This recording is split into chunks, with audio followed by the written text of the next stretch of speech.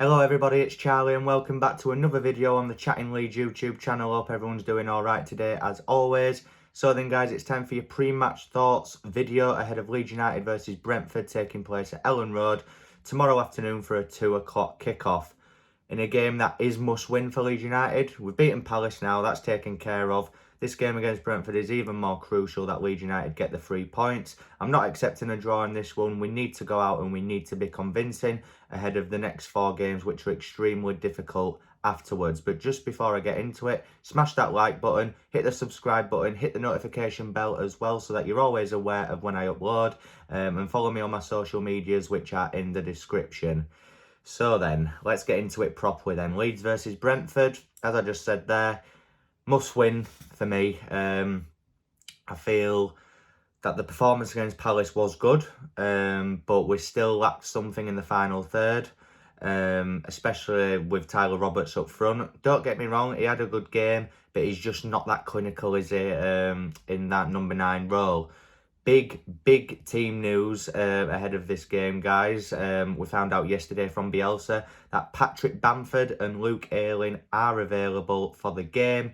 We don't know if that means they're going to start or if they're going to be on the bench, but just the fact that they're going to be in the squad is a huge lift for Leeds United, you know, because I'll be honest, I don't expect them to start, or if one of them is going to start, I expect Ayling to start rather than Bamford. Simply because, you know, we know what Bielsa's like. Sometimes he just has players on the bench in order to come back and he won't use them. So I'll be honest, I'm not expecting them to start or even feature at all, but fingers crossed that they do. Even just having them in and around this squad will be a massive lift for Leeds.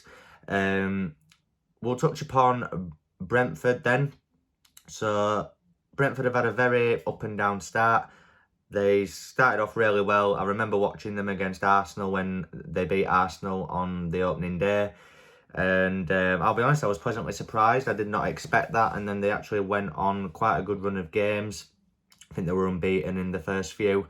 But now, of late, they're starting to get a bit found out. You know, they were calling them the new Leeds after how we did last season. But we finished 9th last season. I don't think Brentford will be finishing 9th this season, let's put it that way. I feel like they will survive, but I feel like they will be in the scrap.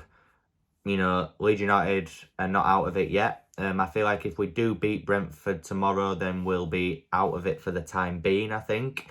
Because if other games go our way, I think we could climb up to about 12th, 13th, which would make that league table look so much better ahead of the next 4. Obviously, their main threat for me, personally, is Ivan Toney up front. And Buemo actually as well, but more so Ivan Toney. I saw him in the Championship last season and he looked unreal, absolutely lethal striker. Good in the air, seems to be good physically as well, and he has got a good finish on him. So if they play with a front 2, which I think they go with like a 3-5-2 formation, I do expect Leeds United to start with a back 3 and play 3 centre-backs. We did find out that Pascal Struijk is fit for this game as well after his knock against Palace. So obviously I will go into my predicted 11 for Leeds United in just a second. But more on Brentford, obviously it's the a return of Pontus Jansson again. We last played against him at Elland Road in that game in the Championship where Eddie Nketiah scored the winner. I feel like Pontus Jansson doesn't do well with small, pacey forwards. So whether Bielsa decides to go with Tyler Roberts again, or he could even go with Joe Gellart or Dan James up there, which could work out in our favour. And for me, that is another reason why I don't expect Bamford to start in this game. I feel like if we need him, he will definitely feature. But if not, he may not even get on at all. But yeah, I think Pontus Jansson can definitely be got at the back. We all know too well his vulnerabilities. He is a good player, don't get me wrong. He was really good for Leeds. I did love him at Leeds. But, you know, he isn't at Leeds anymore, and we need to take advantage of his weaknesses, which there are a few.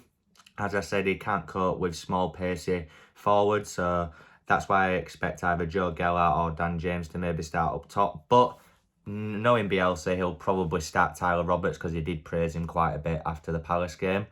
I always mention the midfield, but if I'm honest with you, our midfield seems a lot more solid since Adam Forshaw has come back in. What a job that man is doing at this moment in time. To have 2.5 years out and be playing like he is at the minute, it's absolutely insane. And please, long may it continue, because I think Phillips looks so much better knowing that Forshaw's in that midfield with him as well. So I expect Leeds to dominate those areas of the pitch. What I noticed against Palace the other night as well is that Stuart Dallas, was providing that overlap run. So I think even if he starts at right wing back, I think we'll be absolutely fine down that right hand side. Rafinha linking up well with him. The left hand side as well, I don't expect Harrison to start again. I think more than likely it will be Dan James out on that left hand side, and I'm okay with that. For me, I would much rather have Dan James over Harrison at the minute. I think it'll do Harrison well, having a bit of time out of the team in order to maybe get back some form. Maybe a game in under-23s could do him some good. Maybe just get a bit of confidence back. I don't know. But yeah, defensively, I think the back three will probably be Llorente on the right, Strike in the middle, and Cooper on the left centre-back. I think Junior Firpo will start at left wing-back as well. You know what? As we're speaking about the lineup there, I'll go into my full predicted 11 now, guys. Meslier in goal, that goes without question. I think the three centre-backs, as I've just alluded to there, will be Diego Llorente on the right, Pascal Strike in the centre, followed by Liam Cooper at left centre-back. I think the right wing-back will be Dallas, and left wing-back will be Firpo, with Phillips in the middle. So that'll be 3-3, and then the 1 will be Adam Forshaw, I would have thought. And then the 3 up top will be Rafinha.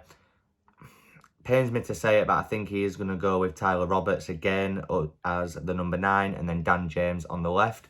And I'm praying that he plays Joe Gellart in this game. I think we could really take advantage of Janssen at the back with Joe Gellart up front. But I'm trying to think of what Bielsa is going to do, and I think he will go with Tyler Roberts up top. Now, for me, that lineup is definitely worthy of beating this Brentford team. They got beat by Spurs 2-0 on Thursday night. You know, they've not got a lot of time to prepare for this game now, and they've got to travel all the way up to Elland Road as well. We've got 2 extra days on them, and I just think we're more than capable of getting this 3 points. I watched the highlights of them play against Spurs, and it didn't show you with Brentford touching the ball at all, which just shows how dominant Spurs were. If that's what Spurs can do, I think Leeds United at home, at Elland Road, the way we play, hopefully will just be too much for them. And that's why I'm going with a score prediction of 2-0 Leeds United in this one. I don't think we'll concede. It'd be nice to see Leeds actually get a nice convincing 2 or 3-0, but I am going to go with 2-0 in this one. I think will definitely be too much for them in this game, guys. So that concludes the pre-match thoughts ahead of Leeds United versus Brentford tomorrow at Elland Road. If you've enjoyed this video, please smash the like button, please subscribe, hit the notification bell, follow me on socials and all that jazz, and I will be back with my post-match reaction after the game tomorrow, people. Thank you very much for watching.